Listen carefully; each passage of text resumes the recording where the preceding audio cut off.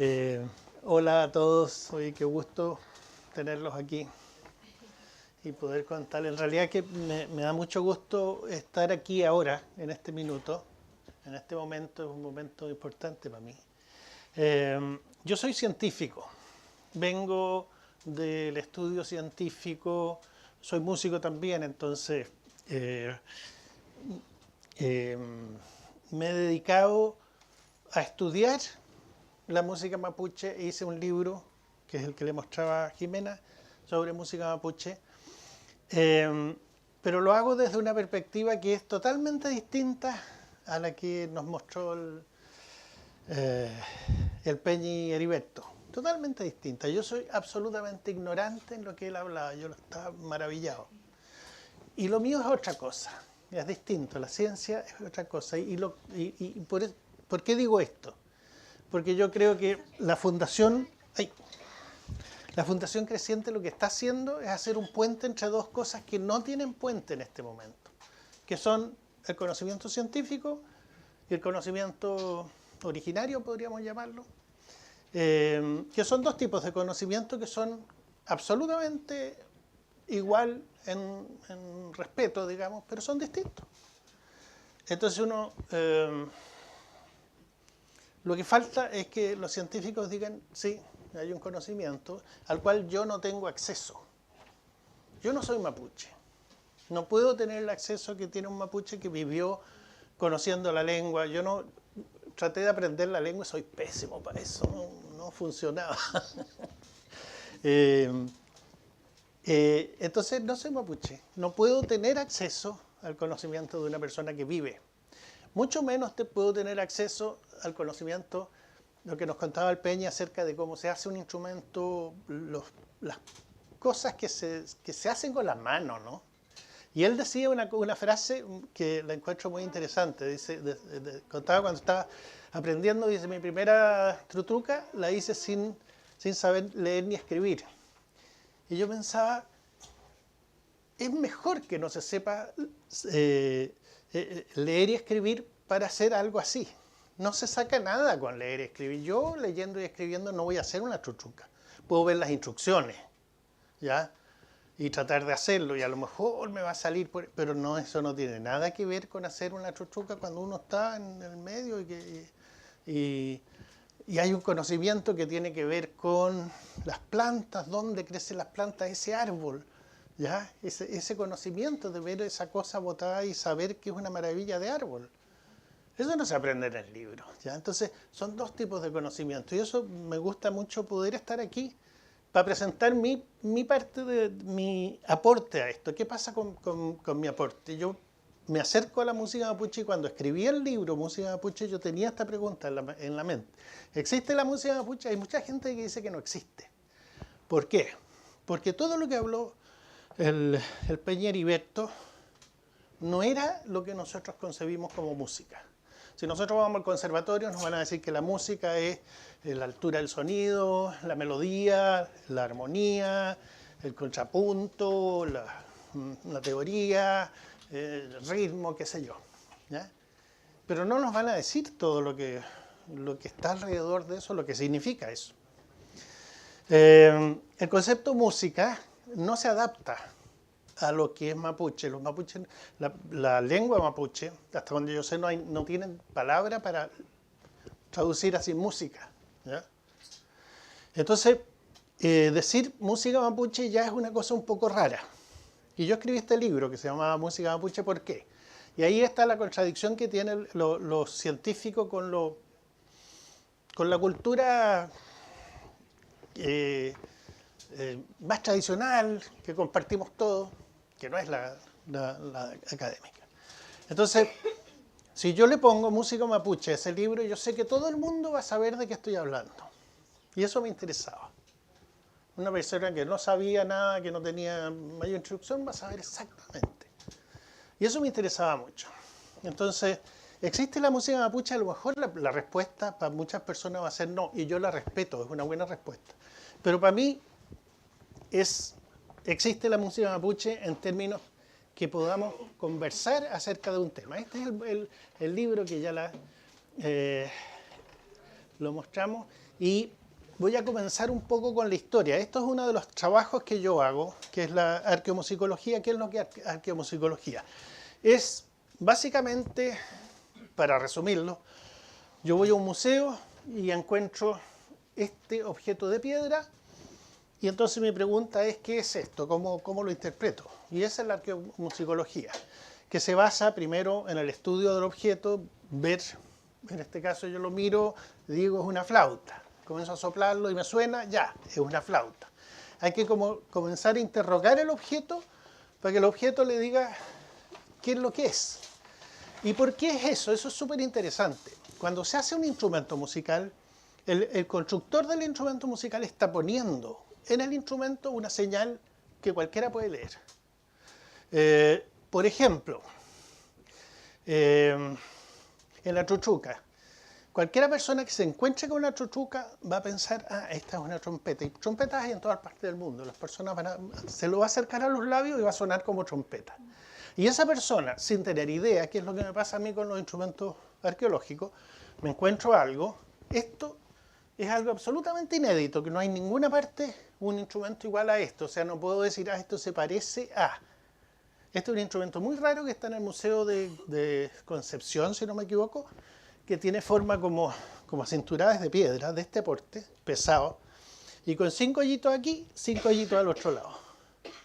Entonces uno lo sopla y suena como una flauta de pan, no sé, una zampoña. Lo da vuelta, lo sopla y suena como también algo parecido, una zampoña. Pero es difícil de usar porque es pesado. No es cosa de como una flautita que uno se la pasa así, no. Es pesado. Y si quiere usarlo para el otro lado, tiene que darlo vuelta. O sea, ¿cómo se usaba? No tengo la menor idea. Hay partes del conocimiento del pasado al que yo tengo acceso que nunca voy a entrar. Y ni mucho menos voy a entrar a todo lo que habló el Peña Heriberto. Todo eso queda afuera aquí. ¿No es cierto? Y todos estos instrumentos, cada uno de estos instrumentos debe haber tenido una historia tan bonita como esa. Como cualquiera de las historias de los instrumentos actuales. Entonces ese es uno de los dramas que tiene el estudio que yo hago. Pero tiene una cantidad de... quería decirles otra cosa con respecto a esto. Una de las cosas que yo hago, me pregunto la antigüedad. Este instrumento yo pienso que puede ser Pitrén, que es más o menos esa fecha, entre el 200 y el 1200 después de Cristo. Y llego a esa conclusión por una serie hago el estudio, qué sé yo, y digo, esto se parece a lo Pitrén en muchos aspectos, entonces puede ser Pitrén. Y gracias a eso entonces comienzo a hacer una hipótesis de la historia que yo no la puedo corroborar. Ustedes me dicen, este instrumento es Pitrén, yo creo, ya, no puedo asegurar. ¿Por qué? Porque todos estos instrumentos no han sido excavados en excavaciones arqueológicas.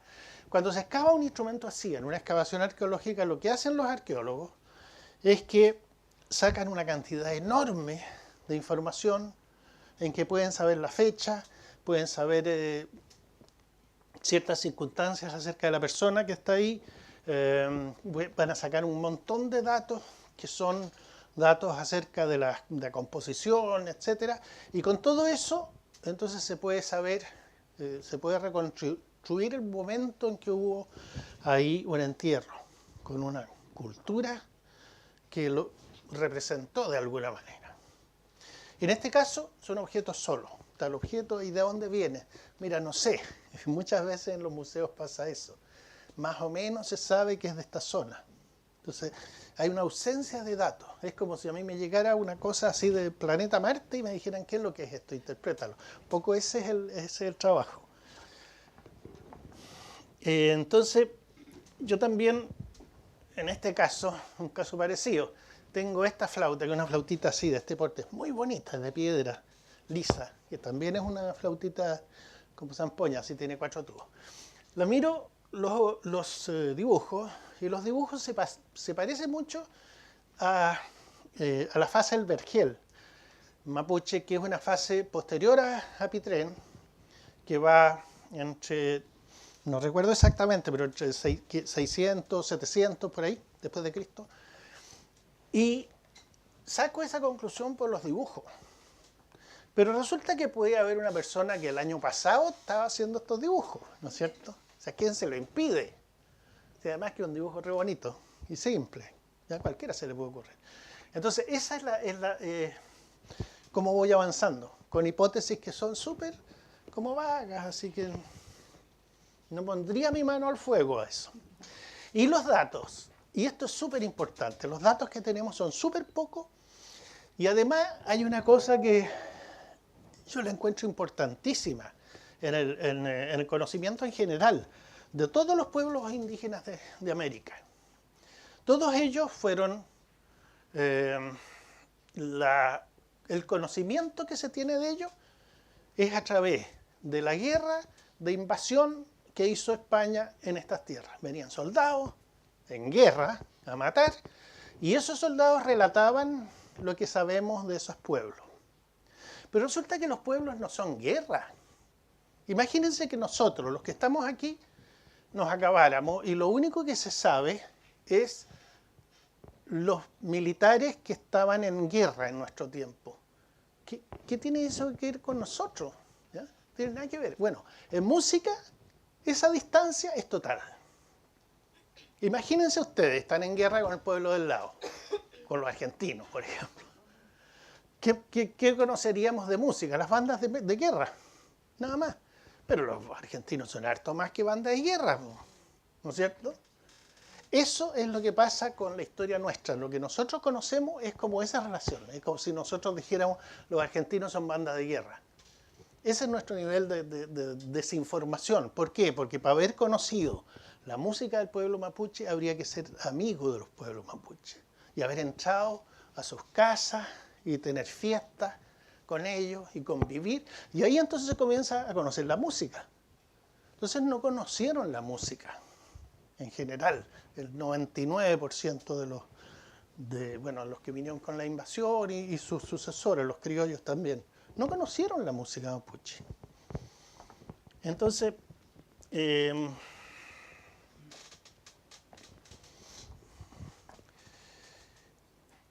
sin embargo, hay algunos registros que nos hablan de cosas que son muy bonitas. Yo veo todo esto desde el punto de vista de, como les decía, de la arqueología musical, que yo tengo que interpretar objetos que no tienen cultura, que no tienen toda esa sabiduría. O sea, que la tienen pero la perdieron, digamos, ¿no? Yo no la puedo recuperar. Por una parte eso. Por otra parte lo que estoy viendo, y todo eso lo interpreto a través de la primera pregunta que hice, que es, ¿existe la música mapuche? Yo analizo esto desde el punto de vista de lo que en Occidente llamamos música, que es el sonido en general. Hoy en día ya se habla mucho más de sonido que de música.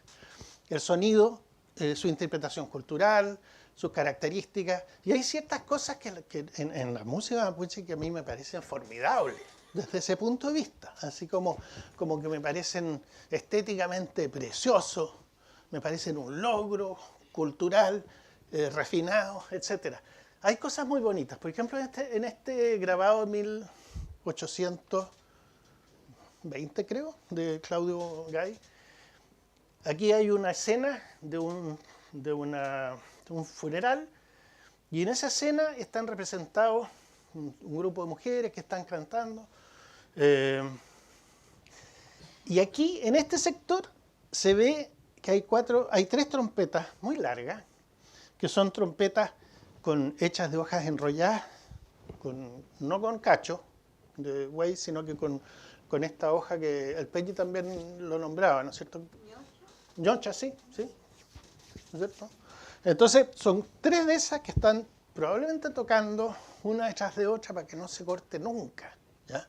Que es algo que se usa hasta hoy. O sea, ver esto, yo me imagino ese sonido, lo encuentro fenomenal, como la parte sonora de lo que estoy mirando. Y hay otras cosas que el Peña mostraba recién este Paupahuen, claro, y que lo encuentro formidable porque se sabe muy poco de este instrumento. No hay muchos instrumentos en Latinoamérica parecidos a este, y todos ellos están en discusión qué antigüedad tienen. ¿Por qué? Porque ninguno se ha conservado. Son o de hueso, el hueso se desaparece, o de madera, se desaparece. Un hilito de una varita se desaparece. O sea, no hay forma de que se mantenga. Y por supuesto que un instrumento como este jamás lo va a describir un soldado que está en guerra, porque obviamente ese instrumento no va a participar en la guerra. Está de más, ¿no es cierto? Entonces desconocemos. Yo sabía que había un instrumento de cuerda y comencé a averiguar. Y finalmente llegué a donde don Armando Marileo y conversando con él, le pregunté, ¿usted conoce un instrumento? En fin, le expliqué, sí, me dijo, el Paupahuén. ¿Y lo puede construir? Ya, yo lo voy a construir, pero deme tiempo. Se demoró mucho porque el Paupahuén, me explicó, se le llama a esta varita, que es como una ramita blanda, no sé lo que es, cómo se describe la planta, pero es una ramita muy que puede tener tensión, puede sonar como una cuerda, delgadita. Esa se llama Paupahuén, y ahí les costó mucho encontrar esa ramita larguita así que sirviera, porque tiene que tener esa distancia. Y todo lo que se sabe del Paupahuén son historias del siglo XIX principalmente, finales del siglo XIX, algunas de principios del siglo XX, que se alcanzaron a ver algunos instrumentos y después se dejó de mencionar, ¿ya? A lo mejor siguió existiendo, pero no hay ninguna mención. Bueno, entonces él lo construyó y lo tocó. Y esa fue la primera vez, hoy día fue la segunda que lo vi sonando. Y este es el otro, en Quinquencahue, que también se dice que se toca frotando, no sé si le has hecho la prueba, así, frotando uno con otro, y también con la boca. Son instrumentos exactamente lo contrario a la guerra, a lo que estábamos hablando antes, ¿ya? Es un instrumento que necesita silencio, que no tiene para qué ser un instrumento hecho para que lo escuche otra persona, porque según hay algunos relatos que dicen que este instrumento lo escuchaban los loncos cuando querían saber lo que iba a pasar, comenzaban a tocar este instrumento. Entonces es un instrumento que lo escucha la persona, se transmite por el hueso de la cabeza, ¿ya? Y lo interesante es que después llega el trompe, que es un instrumento español, lo traen los españoles, y aquí prendió así, porque estaba este antecedente. Entonces, el trompe fue un instrumento que tuvo un éxito pero extraordinario, y hay relatos de eso, de ese éxito. Así, comerciantes que entraban al sur y vendían trompes, pero muchísimo. Y hoy en día el trompe es un instrumento absolutamente mapuche, ¿ya? No hay duda de eso.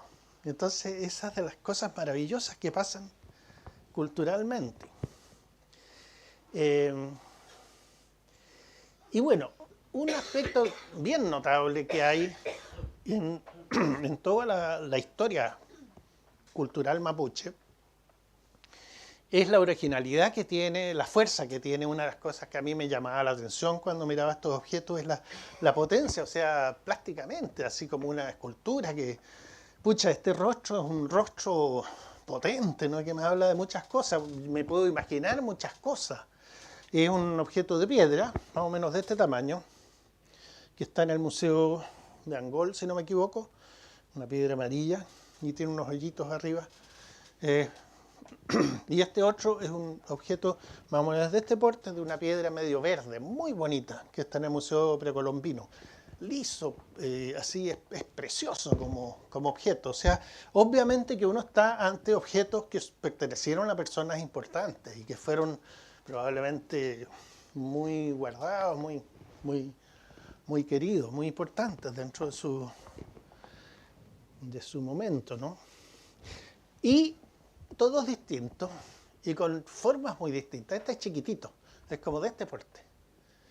Y es bonito, es como un anillo, ¿ya? Tiene la abertura ahí, como en la boca. Todos distintos. No hay dos que sean iguales. Y eso es una cosa bien característica de esta zona. Y la otra cosa que es característica es que todo esto que estamos viendo son tipos de flauta. Y resulta que son todas flautas de piedra, y gracias a que fueron de piedra se conservaron. Si hubieran sido, probablemente se usaban de madera también. Tienen que haberse usado, pero no se conservaron. Y resulta que las flautas de piedra son de las cosas más raras que hay en el mundo. Si yo me he dedicado a estudiar los instrumentos del mundo. Y he buscado flautas de piedra, y existen, sí. En Sudamérica, creo que fuera de Chile y del sur de Argentina, debe haber unas 5. En México se hicieron, en la época de los aztecas, unas flautas súper bonitas de jade, que son como unas quenas, muy bonitas, ¿ya? Pero todas parecidas, o sea, como que fue una cosa que se hizo en ese momento. Son las flautas de piedra que hay en el resto del mundo. El resto del mundo, en África, en Asia, en Polinesia, yo no conozco. Puede haber una que otra. Y aquí, en cambio, en esta zona, son comunes. Se fabricaban muchas flautas de piedra. Eso es una cosa muy notable, porque desde el punto de vista racional europeo, si a mí me preguntan cuál es el material que no tienes que elegir para hacer una flauta, yo le voy a decir piedra, ¿ya? Porque es obvio, si es dura, se puede quebrar, exige un trabajo enorme. Y según los acústicos, aquí podemos discutir si es cierto o no, pero según los acústicos, si tú tocas una flauta de piedra, o una de metal, o una de madera dura, o de cerámica, si son exactamente iguales, y tú las escuchas detrás de una cortina, ¿sí?, no vas a saber diferenciar. O sea, según ese criterio, esto no tiene ninguna validez, no sirve para nada, según el criterio europeo. Y tiene mucho trabajo, o sea, es obvio que en este tiempo no solo servía, sino que era un objeto apreciado, un objeto importante. Bueno, esa importancia obviamente no está por el lado que yo estaba diciendo, está por otro lado, que tiene mucho más que ver con todo lo que ha hablado el Peñi, que es esa otra parte, la que no conocemos. Y esa otra parte puede guiar todo este mundo, ¿no? Aquí hay otra cosa que es bien rara del mundo mapuche y que no existe en otras partes del mundo hasta donde yo he visto, que es el concepto del piloilo. Ustedes saben, las flautas de pan normalmente son de mayor a menor, ¿no es cierto? Uno la ve y es una escalerita, y esas son las notas. Eso pasa en todas partes del mundo, ¿ya? Y hay miles en África, en Europa, en Asia, donde vaya van a encontrar eso. Y aquí en América también. Pero aquí en América pasan otras cosas. Y una de esas otras cosas es que en el mundo mapuche encontramos que también son flautitas de pan porque tienen hoyitos, están hechas en piedra, pero tienen un orden irregular. Entonces eso desarma totalmente, como quien dice, la teoría de la flauta de pan. Porque la teoría de la flauta de pan es que tú tienes una escala y puedes tocar una melodía. Pero aquí tienes la cosa desordenada. Y hay, no sé, varias decenas de estas en distintos museos, que yo las he medido, todas distintas. O sea, no es que haya una escala, otra, que la que nosotros conocemos, sino que cada objeto es una escala distinta. Y lo más notable de esto es que hay un cura, el padre Augusta, que estaba por ahí por 1914, algo así, en una zona, si no me equivoco, Cautín, en que se encontró con una persona que tenía una flautita de piedra de estas en su casa. Llegó a la casa, encontró, ¿qué es lo que es esto? Le llamó la atención, vio que era una flautita de este tipo. Entonces hizo lo que yo haría también. Para mí una flauta de pan es una cosa que yo la pesco y hago y hago la escala, ¿no es cierto? Es lo que yo tendería a hacer. Y él comenzó a hacer eso, a soplar así. Y un peña le dijo, no, si no se hace así, pase para acá. Y la agarró y comenzó a hacer Entonces, lo que estaba buscando ese peñe no era producir una escala, sino que producir, como quien dice, un trino como de pájaro, una cosa rápida, ¿no es cierto? Entonces, cuando hay, no sé, 20 flautas de estas que son distintas, yo me imagino lo que está pasando ahí es que hay 20 trinos que son distintos, ¿ya? Y cada trino es de una persona. Entonces yo escucho un trino y digo, ah, este es Juanito. Escucho otro trino. Entonces, este instrumento no está funcionando como las flautas de pan del mundo, sino que está funcionando de otra manera. Y esa otra manera yo conozco solo los mapuches, o sea, es muy notable. Bueno, y este instrumento, entonces, todo lo que yo le estoy explicando lo conozco, ¿sí? Ah, fantástico. Hazla sonar, pues. Pero está afinado. Voy comparando en base a Eso. que es otra opción Ajá. de simulación Sí. de ave. Buenísimo. En Rauli. Y toca los tubos así uno por uno. A ver cómo.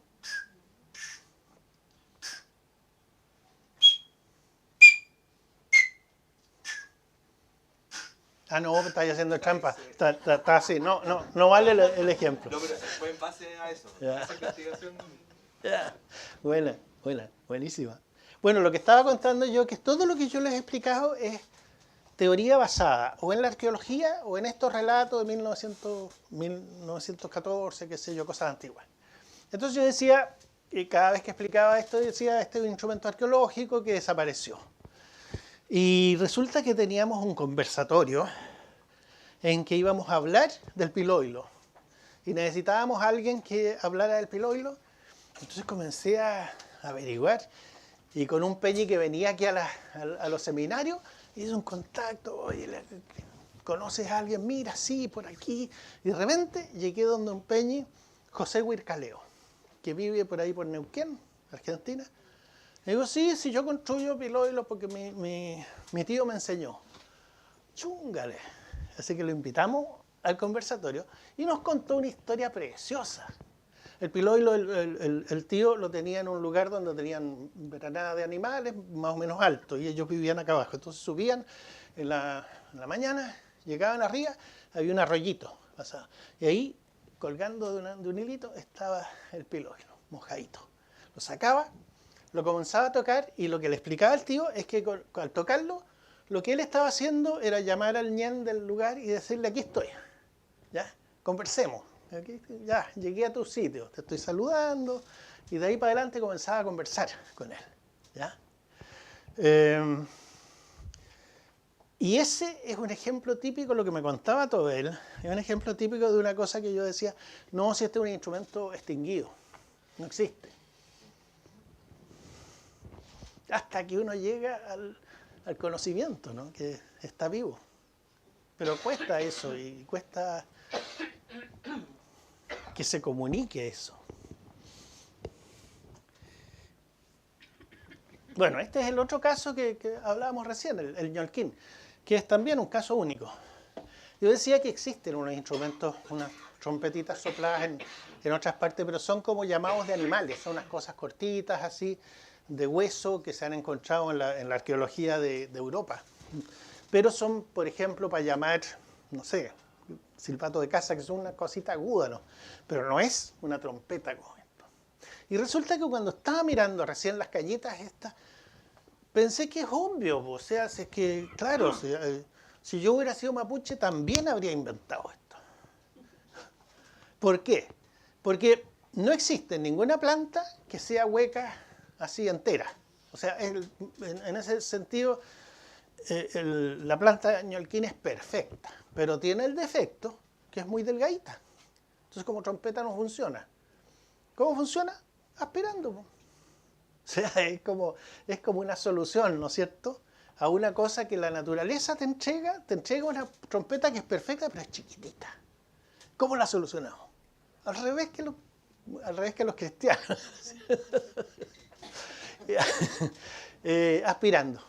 ¿Ya? Y entonces se crea un instrumento que es absolutamente único y que tiene una voz preciosa que es totalmente distinta a todas las otras voces mapuche. O sea, tiene esa cosa dulce.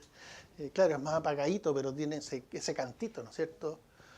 Como boe, no sé, como una cosa muy como voz también. Y es un instrumento muy especial. Y mirando las cañas se me ocurrió que tenía esa lógica, ¿ya? Que tiene que ver con que cuando tú estás en un lugar y tienes estos elementos, le buscas y le encuentras, ¿ya? Y llegas a descubrir cosas fantásticas. Y eso lo encuentro formidable en el pueblo mapuche. O sea, todas estas cosas que inventaron están señalando un nivel de creación que lo encuentro muy notable. Aquí hay vamos a escuchar un pedacito de un toque de ñolquín que hizo Armando Marileo. Bueno, esto ya lo mostró el Peña, así que... Ahí está la trompetita de ñocha. Bueno, ahí está de ñocha. Las dos formas de trompeta.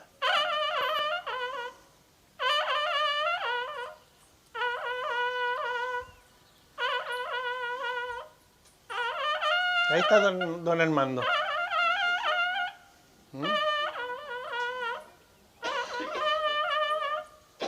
Y ahí está el mismo, pero con la de metal, ¿ya?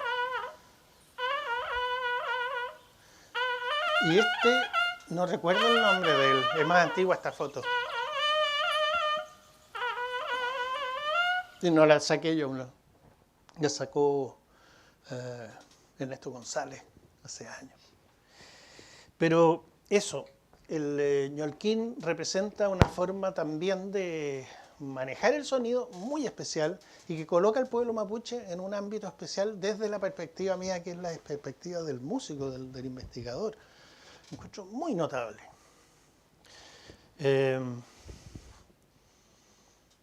Y bueno, llegamos al tema de la artesanía. Aquí estamos viendo una flauta de pan que está en el Museo Stom de Chihuayante.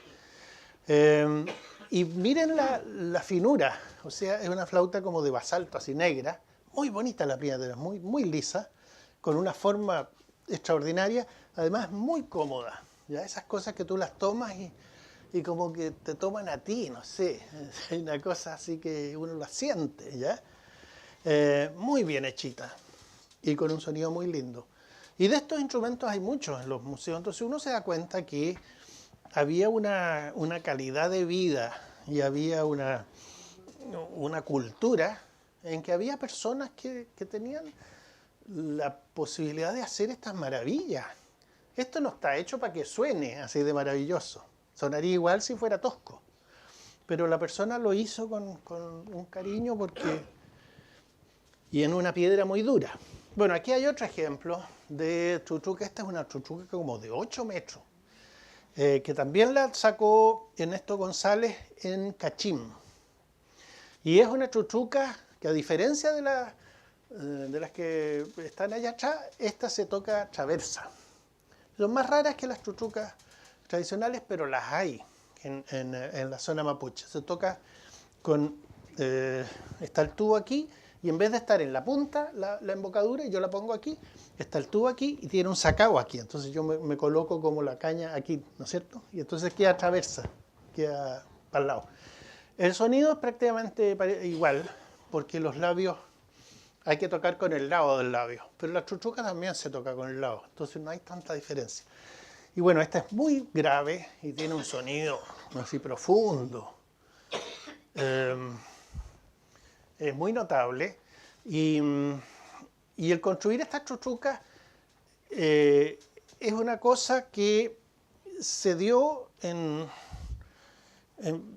a ver, hoy en día, este tipo de chuchucas o de trompetas se conocen más o menos hasta Bolivia e incluso hasta Perú, ¿ya? Distintos largos, distintas formas, a veces le cambian aquí. Esta tiene hoja de ñocha, ¿ya?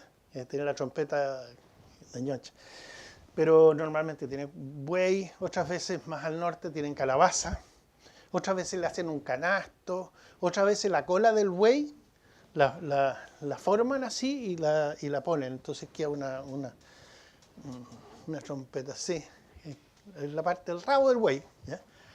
En fin, cambia eso, pero la trompeta es parecida. Entonces, deducción de eso, yo digo, en tiempos antes que llegara la invasión, tiene que haber estado estas trompetas presentes en todo el territorio, con diferencia, ¿no es cierto?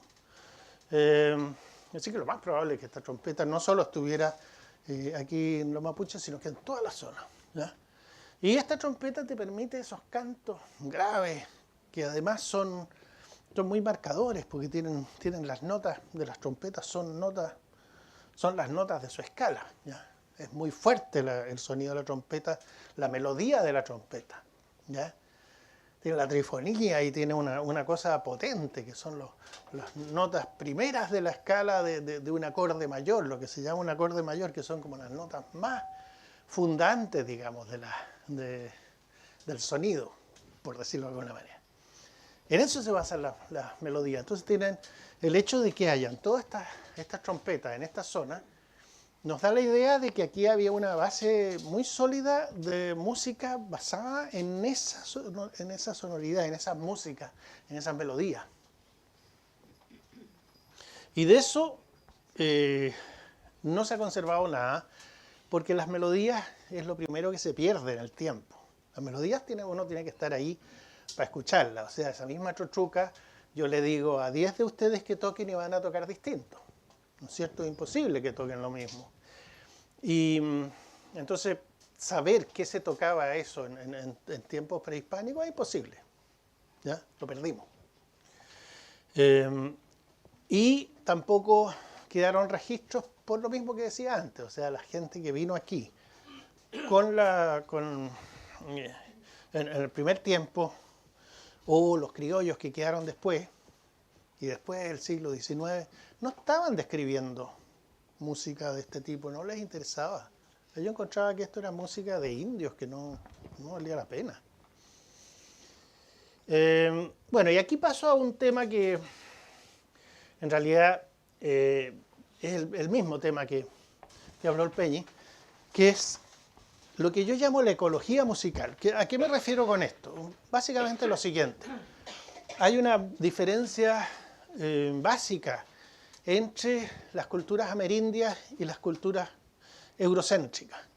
Las culturas eurocéntricas se basan en mirar la naturaleza, básicamente mirar la naturaleza como un producto que uno puede aprovechar y que puede explotar.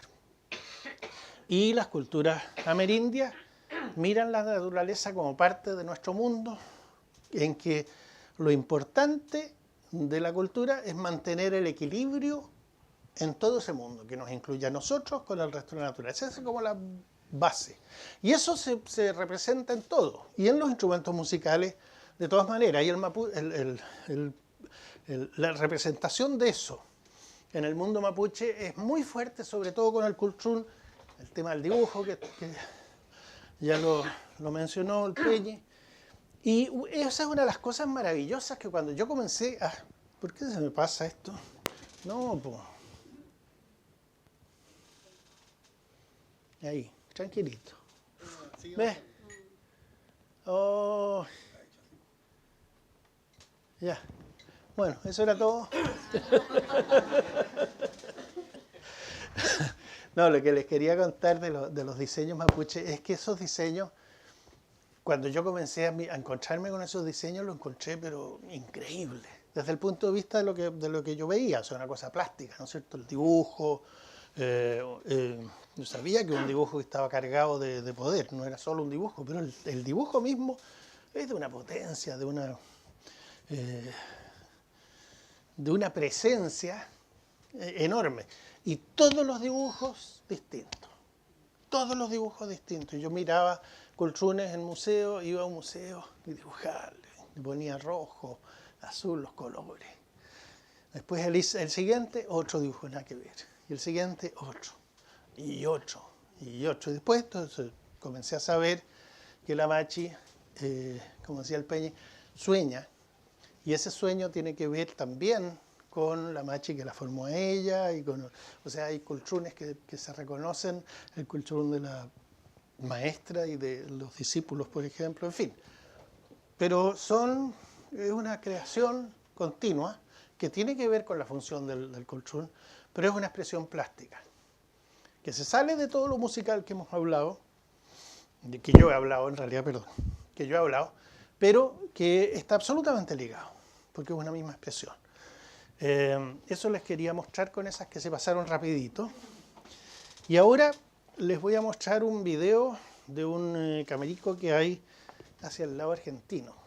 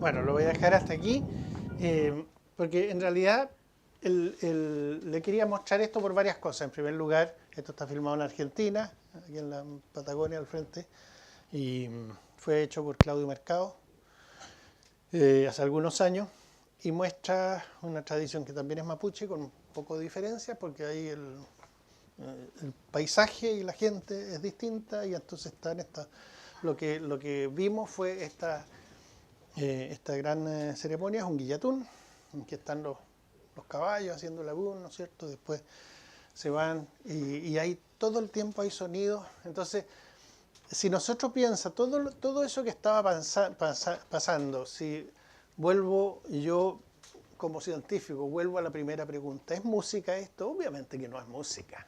¿Ya? Si pesco una partitura y lo anoto, más fome que no sé qué, ¿no es cierto?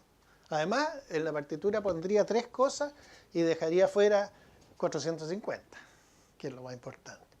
No es música, ¿ya? Sino que es una integración del sonido con lo natural y eso es lo que... por eso yo hablo de esta cultura ecológica en el sentido de que la música también, cuando se hace música, hay un sentido ecológico en esa música, en el sentido que se está entrelazando con el medio, se está entrelazando con la naturaleza, está tejiendo algo, ¿ya? Y al tejer algo, entonces está apoyando, está vinculándose, está tejiendo. Yo creo que esa es la gran cosa, diferente a nuestra música. Nuestra música la hago yo en un estudio, la grabo y después la pongo para que ustedes la escuchen, ¿ya? Entonces estoy tejiendo, claro, pero entre personas así que les gusta mi música, por ejemplo. No es este tejido. Y finalmente cierro con esta foto, que es un baile chino de Chile Central. Baile chino, voy a explicar, mucha gente no sabe, que creen que baile chino viene de China. No tiene nada que ver con China. Baile chino es un nombre, el nombre chino es una corrupción de un nombre quechua. El nombre original quechua es mujer joven. Cuando llegaron los invasores españoles, lo primero que hicieron fue someter a los pueblos y todas las mujeres, viejas y jóvenes, pasaron a ser sirvientas. Entonces, para el español, el nombre China pasó a ser sirvienta, así inmediatamente. Y por lo tanto, el hombre pasó a ser chino. Entonces se generó la palabra chino. Y hoy en día los bailes chinos dicen nosotros somos siervos de la Virgen. Ellos hacen fiestas en tiempos católicos, hacia santos católicos, a la Virgen muchas veces. Pero todo lo que hacen en términos de música y de danza, absolutamente todo, proviene de la raíz prehispánica indígena. No hay nada de eso que provenga de la raíz católica. Uno va a una fiesta de chinos y dice, esta es una fiesta católica. Ahí está la Virgen, los tipos se ponen con banderas chilenas, ¿ya? Es una cosa absolutamente moderna. Uno va donde los chinos le pregunta, oye, ¿su música de dónde? No, de mi abuelo. Pero el origen. No, en la Biblia sale que David bailaba. Ya, ese es su origen, ya es lo que saben ellos, el origen. O lo que sabían. Hoy en día ya se han dado cuenta que son parte de una tradición que está absolutamente vinculada con los mapuches. Es la misma pifilca, en este caso son de caña, hay otras de madera que son iguales a las pifilcas mapuches. Se toca de a dos también. Aquí se toca de a dos, pero en dos grupos. O sea, son dos filas de 10. Y se hace unos acordes increíbles. Pero la forma de tocar, la forma de bailar, la forma de usar el instrumento es absolutamente mapuche. Y con eso cierro. Y yo creo que estamos en el tiempo. Así que gracias.